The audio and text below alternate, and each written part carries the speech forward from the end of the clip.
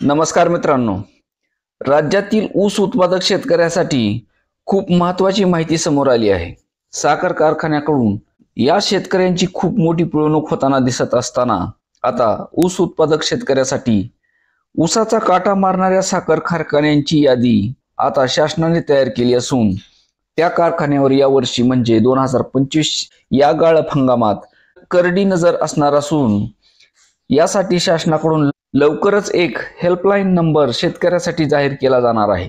त्यामुळे आता वजन बाहेरून मोजून आणून खात्री करता येणार आहे आणि काटा मारणाऱ्या कारखान्यावर मोठी कारवाई करण्यात येणार आहे. महाराष्ट्रातील अनेक जिल्ह्यांमध्ये अतिवृष्टीमुळे शेतकऱ्याचे मोठे नुकसान झाले आहे.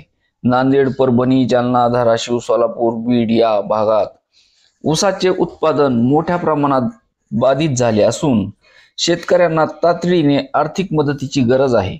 या पार्श्वभूमीवर मुख्यमंत्री यांनी साखर कारखान्याच्या नफ्यातून प्रतिटन 15 रुपये बाजूला ठेवून शेतकऱ्यांना मदत करण्याचे आवाहन केले होते. मुख्यमंत्र्यांच्या या प्रस्तावाला काही साखर कारखानदारांनी तीव्र विरोध केला होता. त्यांनी सरकारवर शेतकऱ्याकडून जबरदस्तीने पैसे वसूल करण्याचा आरोप केला. मात्र मुख्यमंत्री फडणवीस यांनी स्पष्ट केले की ही रक्कम FRP मधून नाही तर कारखान्याच्या नफ्यातून आहे.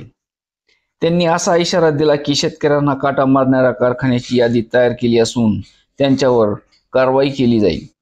काटामारीचा प्रश्न हा खूप गंभीर आहे, पण शासनाने फक्त आता धमकी दिली का ते प्रत्यक्षात कारवाई करतात हे आता पाहण्यासारखेच असणार आहे. कारण आता हे 15 रुपयाचं प्रकरण हे मुख्यमंत्र्याच्या अंगलट येताना दिसत असताना हे शेतकऱ्याकडून जे वसूल केले जाणार होते ते आता कारखान्यावर ढकलल्यामुळे कारखान्याने विरोध केला होता आणि कारखान्यांनी विरोध केला म्हणून आता कारखान्यावर ही दंडात्मक कारवाई करण्याचे मुख्यमंत्र्यांनी योजले आहे. पण आतापर्यंत जर हे शासनाला माहित होते किंवा मुख्यमंत्र्याला माहित होते की हे कारखाने काटे मारत आहेत किंवा शेतकऱ्याचे नुकसान करत आहेत, मग अशा परिस्थितीत त्यांना का अभय दिले जात होते हाही प्रश्न समोर येत आहे. कारण शेतकऱ्यांचे एका खेपेला कमीत कमी 1 टन ते 2 टन हे ऊस कपात केले जातात, म्हणजेच काटामारी केली जाते. म्हणजेच जवळजवळ 6,000 रुपयाचं एका खेपेला शेतकऱ्याचं नुकसान केलं जातं.